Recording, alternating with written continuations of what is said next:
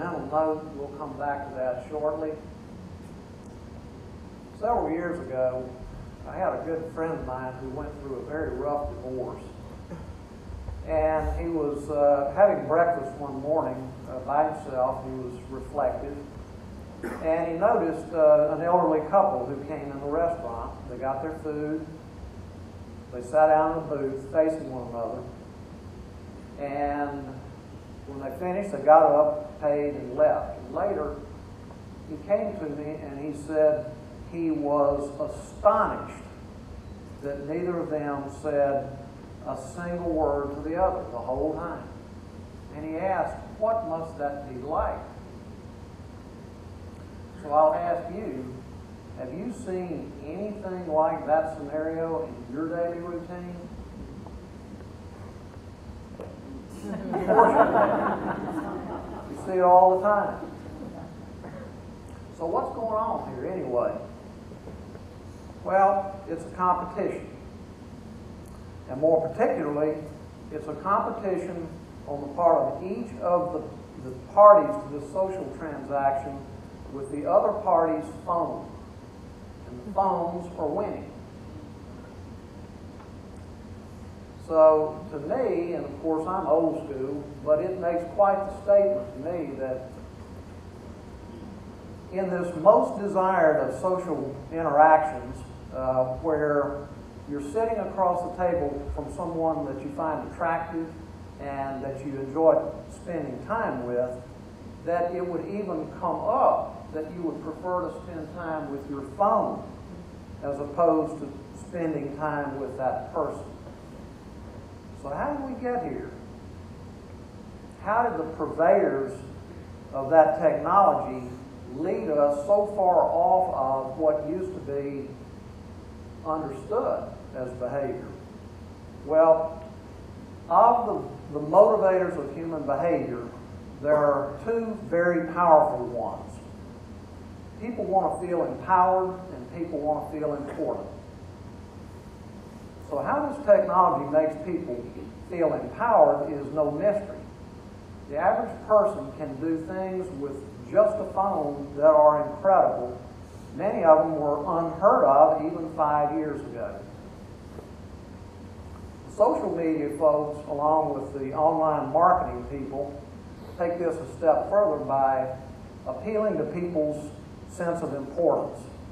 And so now you can have friends by the dozens or hundreds, and you can have followers by the dozens or millions. And you are in the know about just about everything all the time. You can connect with just about anybody, anytime. Merchants custom tailor their offerings just for you, and entertainment is available to you 24/7. It's tailored to your taste. So it is quite the package. And that's just a modest subset of the much larger torrent of personal technology that is coming at us and will continue to come at us. So who are the folks who bring us this? Well, interestingly, they are some of the most obsessive, relentless, driven students ever. And the nuance is that it's not the technology so much that they're studying. They're studying us, you and me. They're studying our behavior and how they might bend that behavior in the direction of their technology, using their technology. You can't argue that they haven't been successful. They have been wildly successful. And they're highly motivated because they have made massive fortunes in this new technology. Way over $1 trillion of new wealth has been created as a result of the efforts of these good folks. The aggregated effect of their successes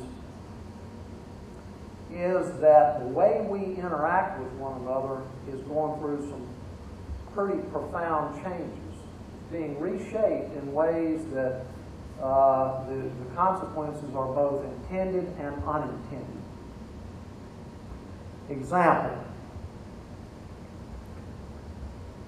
In a recent edition of Fortune magazine, the cover article was entitled "Humans Are Underrated." And this is really an excellent article. It's fairly long.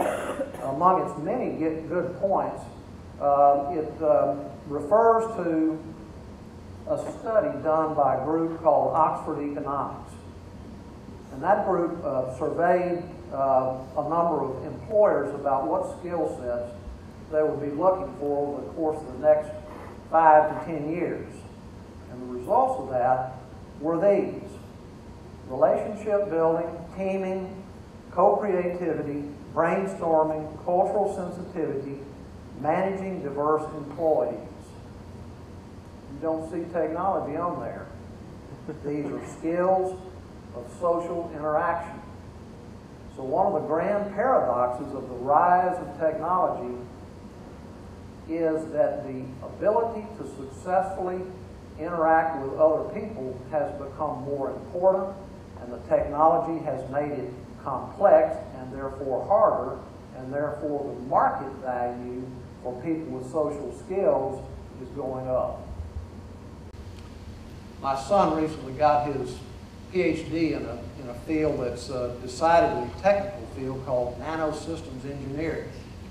And I just had to slip that into this. I'm very proud of it, as you would expect I would be. But he's also pretty good with people. He interacts well with people around him most days. And one of his professors, his engineering professors, noted that quality in him a few years ago, and he shared with my son that there is, in fact, a special term that is conferred on an engineer with people skills, and that is boss. Okay, back to what I started to say a moment ago. We'll return to this iconic scenario. This has become so ubiquitous that now people consider it, most people I think, consider it to be an acceptable social norm. But there's more here than meets the eye.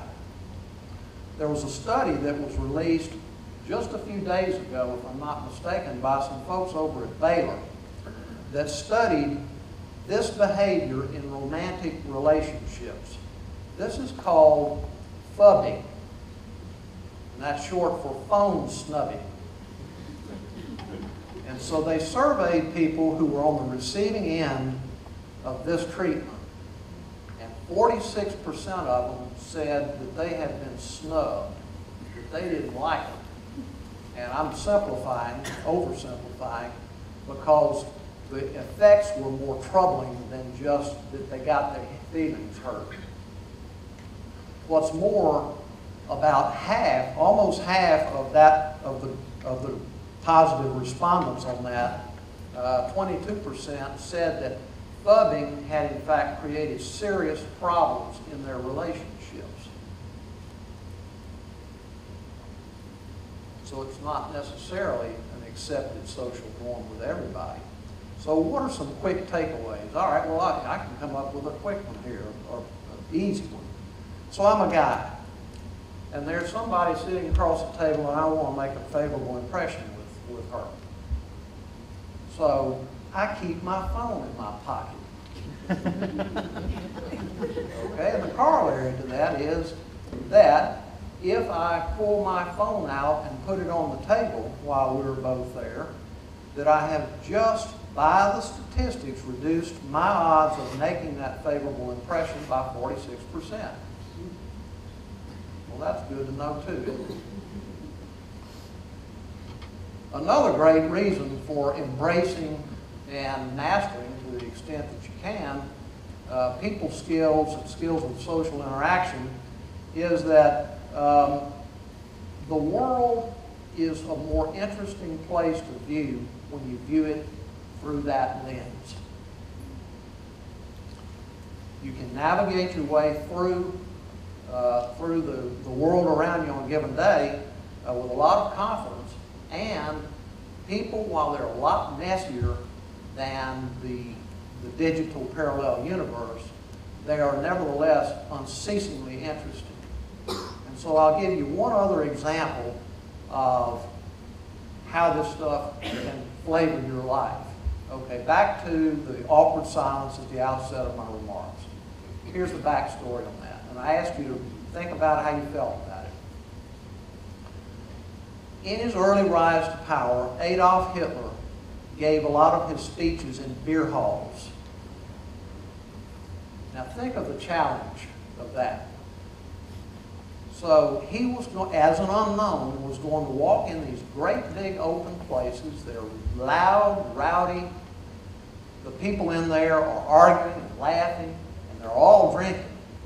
And he wants them to be quiet, pay attention to him, while he gives them a political speech. Good luck on that, right? So here's how he approached it. When his turn came, he would come to the microphone or the podium, and then he would stand just away from it. And he would be quiet. And he would be quiet. And he would be quiet. And by stages, the room would begin to fall silent. And people were sitting there thinking, why has this guy not said anything? What is he about to tell us? And at the moment he judged appropriate, he stepped to the microphone in a very calm demeanor, not like all those little newsreels you've seen, and in a tone so low that it made people lean forward and strain to hear what he had to say. He would begin. And now the hook was set.